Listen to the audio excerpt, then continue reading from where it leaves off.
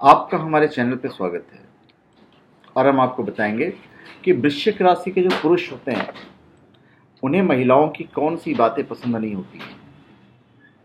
सामान्य तौर पर ऐसा माना जाता है कि लड़के कम भावुक होते हैं और वे अपनी रिलेशनशिप्स के बारे में इतना नहीं सोचते, लेकिन असल में ऐसा नहीं होता है। लड़कियों की तरह लड़के भी इमोशन से भरे हुए होते हैं। उन्हें भी कोई चीज़ पसंद आ जाती है तो किसी चीज़ को लेकर उन्हें नाराज़गी भी होती है।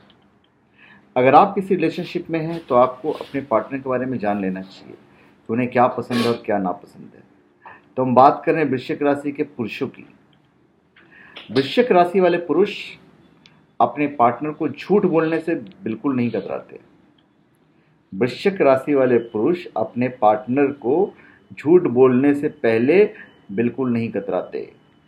लेकिन अगर उन्हें मालूम हो जाए कि उनके पार्टनर ने उनका झूठ पकड़ लिया है तो वे अपनी गलती मानने के बजाय पार्टनर से झगड़ने लगते हैं। तो अगर आपने अपने पार्टनर की झूठ पकड़ ली है तो उस वक्त नहीं बोल के उन्हें बाद में एहसास दिलाएं कि भाई आपने ये झूठ बोला था। तो धन्यवाद, आपका हमारे चैनल पे स्वागत है। आप हमारे चैनल पे सब्सक्राइब करें और अपने कमेंट दीजिए।